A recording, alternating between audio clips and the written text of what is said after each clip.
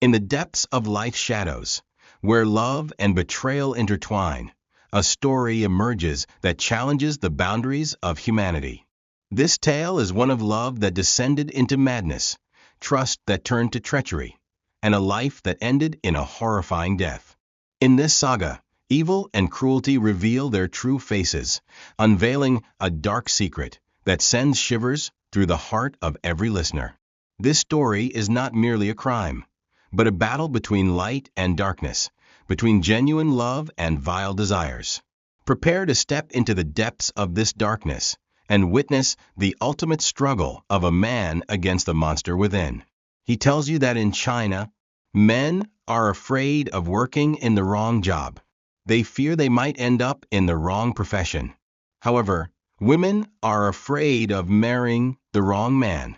They don't want to marry someone hastily, because if a woman marries the right person, she will be happy for the rest of her life.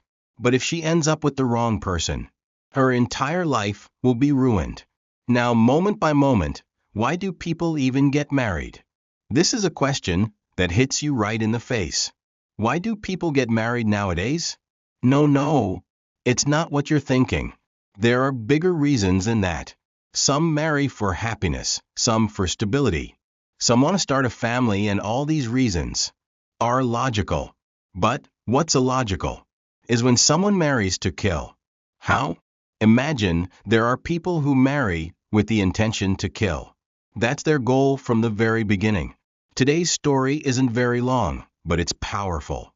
It's also very strange. So, to avoid a long introduction and too much meaningless talk, let's dive right into it. Let's see what happened. Our story takes place in China and begins in 2015. There's a man named Xiaodong. I know his name is strange. No need to tell me, Xiaodong is even stranger. He's 26 years old and from a small village near Hong Kong. This young man fell in love with a woman named Yang Li Bin, and she loved him back. Quickly, they got together, and against their usual customs and traditions, these two decided to marry in a hurry. They didn't take much time to get to know each other, but they quickly got engaged and decided to marry in 2015. The girl went to her father and asked for his approval, saying, "Dad, I've fallen in love." She said, "I've fallen in love with someone and I want to marry him." But her father didn't agree. Her father didn't welcome the idea, because she was his only daughter. She had quickly gotten to know someone and wanted to marry him. Normally, people take their time to get to know each other, go out together, maybe live together, then introduce each other to their families, and only then do they marry. But these two wanted to marry quickly. The girl told him, "Don't worry, I'll make sure you meet him." And indeed, she brought him to meet her father. But when her father saw him, he didn't feel comfortable with him. He didn't like him. He said, "This guy isn't to my liking. I don't want him. I don't like him." It's not force, but... However, the girl insisted. She said, "This is the man I want. Whether by kindness or by force, I will marry him." And indeed, what she wanted happened. At the beginning of 2016, they decided to get married. On their wedding day, the girl, Yang, wore her most beautiful dress. On her wedding day, she had to look stunning. She wore her wedding gown, all made up and happy. But her beloved, Xiaodong, was dressed casually, a shirt and jeans, going to his own wedding. It was as if he was just attending as a guest. I mean, at least wear formal pants. He was wearing jeans. Can you believe it? It's your wedding, man. At least wear a suit. But no, they don't wear suits. What's wrong with you? A man should wear a suit. His name is Xiaodong. How can he not wear a suit? Anyway, the man wasn't dressed up, just a shirt and jeans, going to his own wedding. When Yang's father saw him, he was shocked. How is he coming to his wedding in a shirt and jeans? "This is insane," she told her father. "Dad, calm down, you're stressing me out. Let him wear what he wants. God willing, nothing bad will happen. Today is my wedding day, and I don't want anything to ruin it. Please, Dad, don't spoil it for me." The father finally agreed and said, "Fine, I'll keep quiet for your sake." And indeed, the father stayed quiet, and the wedding went ahead. The two got married, and after some time, Xiao Dong asked his wife to quit her job. He said, "Resign from your job." She was working as an office assistant or secretary, and her income was good, but he told her, "Quit your job, hand in your resignation and come with me. Let's go to Hong Kong. Let's travel to Hong Kong." At first, the girl didn't agree. She said, "How can I leave my hometown? How can I leave my place, my family, and go to Hong Kong? You're taking me out of my job and now taking me to Hong Kong." At first, she wasn't on board, but her beloved pressured her, using love as an excuse. "How can you say you love me? I'm your husband and you should support me. You should stand by me," he said. "You should travel with me, go wherever I go." Eventually, he convinced her and made her agree to travel with him to Hong Kong. She said, "My beloved, my husband, let me go with him." And indeed, they left China and went to Hong Kong. China and Hong Kong are practically the same, and they were living in a village near Hong Kong. When they first arrived in Hong Kong, they stayed for a few months, and their life was sweet and normal. They were very happy and active on social media, posting many pictures together. However, it seemed these pictures were all for show, not genuine. Something strange was happening. Gradually, the girl stopped asking about her family, and when her family asked about her, she would reluctantly reply. Her friends couldn't reach her easily. Something strange was going on, and no one knew what it was. On February 17, 2017, Xiao Dong went to the police with his mother and father and told the officer, "I killed my wife." Yes, he had just posted a picture of them together. How did he kill her? They asked him, Come, tell us how you killed her. Tell us where you live and what happened." They took him straight to his apartment. As soon as they entered, they found a freezer in the living room. A freezer? What's it doing in the living room? Even stranger, there was a camera pointed at the freezer, clearly set up for surveillance. When the police opened the freezer, they found Yang's body inside. It was clear she had been there for a while, as ice had accumulated over her. She was frozen. The police asked Xiao Dong, come here. How long has she been here? Xiao Dong remained silent. They took him back to the police station and sent Yang's body to the morgue for an autopsy to determine how and when she died. After the autopsy, it was revealed that Yang had died from suffocation in October 2016. So, he didn't kill her recently and then confess. No, the girl had been dead for 4 or 5 months. Initially, the police managed to extract a preliminary confession from Xiao Dong. He said that everything happened in a moment of anger. His wife, Yang, had discovered that he was cheating on her. He was in a romantic relationship with another woman and she caught him. He said, "We argued, and her voice got loud. I wanted to silence her and I accidentally strangled her." He claimed she was screaming, and he was afraid the neighbors would hear, so he tried to silence her. "I didn't mean to kill her, but while I was choking her, she suddenly stopped breathing." He said, "I didn't even realize she had died. I only realized it afterward." He then admitted, "After I discovered I had killed her, I bought a freezer, put her body inside, and set up a camera to monitor the freezer, to ensure no one approached it or if the power went out, I would know."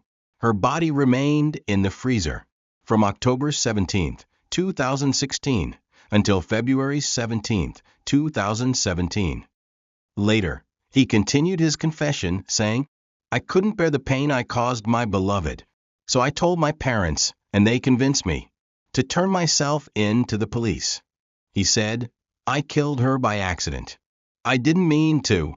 Meanwhile, the news reached Yang's family. Her father was furious. He had always disliked this husband, saying, "I don't know what she saw in him. I never felt he truly loved my daughter. He had never approved of the marriage or her moving away. Yang's father did everything to turn this case into a public issue. He spoke to journalists, TV channels, and media outlets, leaving no stone unturned. He exposed the story until the whole of China was talking about it, the story of the man who killed his wife, put her in a freezer, and lived with her for 4 months. Public opinion pressured the police to investigate further. As his story didn't make sense, the case turned from accidental killing to premeditated murder. During the time Yang was missing, no one noticed her absence. Remember when I told you they went to Hong Kong? Suddenly, he confessed to killing her. The girl hadn't disappeared, it was just hard to reach her.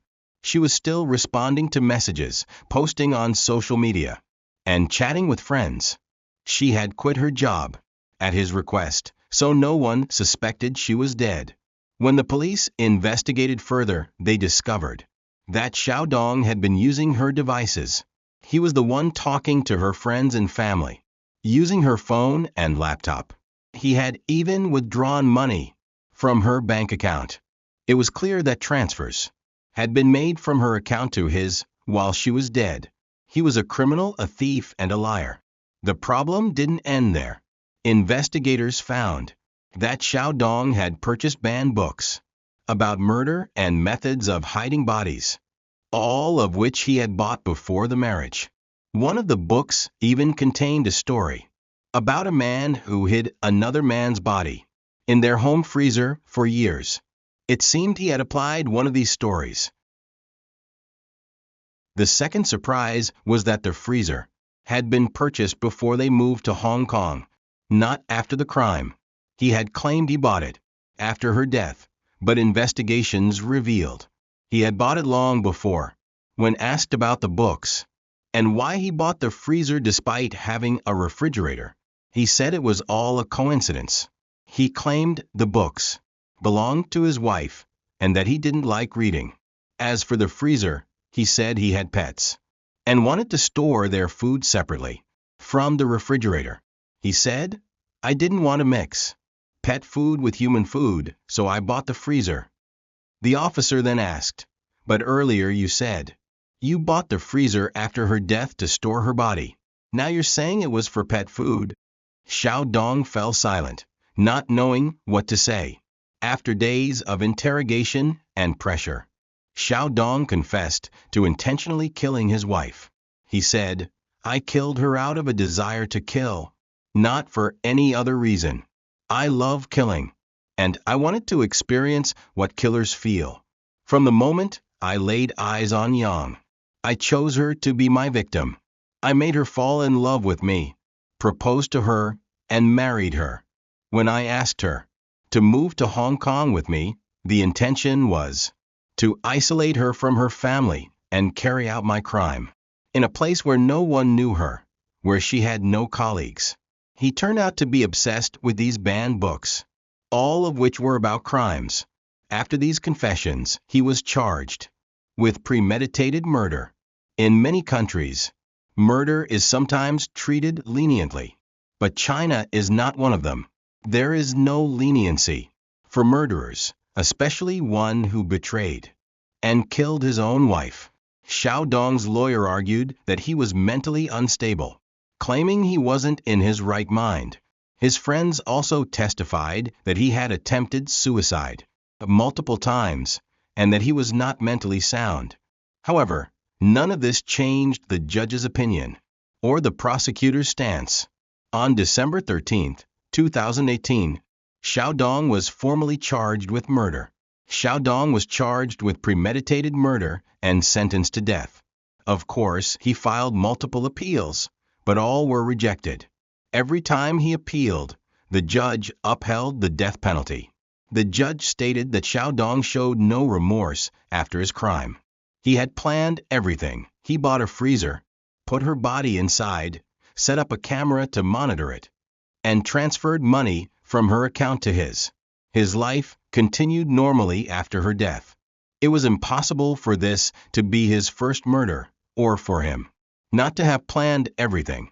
To make matters worse, after transferring money from her account to his, it was discovered that he had two other women he was involved with. He would go out with them and spend the money on them. This showed that he wasn't remorseful for killing his wife, as he claimed, nor was his conscience troubled. No, he knew exactly what he was doing. And one of these two women could have been his next victim. If he hadn't been caught, he might have become a serial killer. But he started with his first victim and got caught. Let's pause for a moment. He quickly confessed, thinking the smell would give him away, and he tried to create a story. But he was caught too quickly. We've heard of people marrying for convenience. A man marrying a woman for her money, or a woman marrying a man for his wealth. But marrying someone just to kill them? I don't know where people's minds are going. That's why we always say, be careful with yourselves. There are people who don't deserve to be with us. Not even for a single minute. Always be cautious. When someone new enters your life, don't give them your complete trust right away. Test them once, twice, 3 times, even 10 times before you fully trust them. What is more valuable than your soul? What is more precious than your life? Nothing. So, the person you entrust your soul to must be worthy of that trust. Guys, if a girl winks at you, don't immediately think, she loves me, I'm going to marry her. Wait a moment. What does she want from you? Does she want your money? Your car? Your looks? If you're tall, muscular, and handsome, why does she want you? Is it because she loves your body? But what happens when your body changes? What will she do then? The person who truly loves you will love you for who you are, for your soul.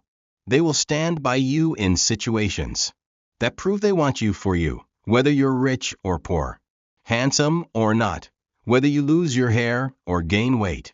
This person will stay with you. The same applies to girls. I'm addressing the guys because I'm one of you. The point is, don't give everything to someone until you know them well. Did you understand today's story?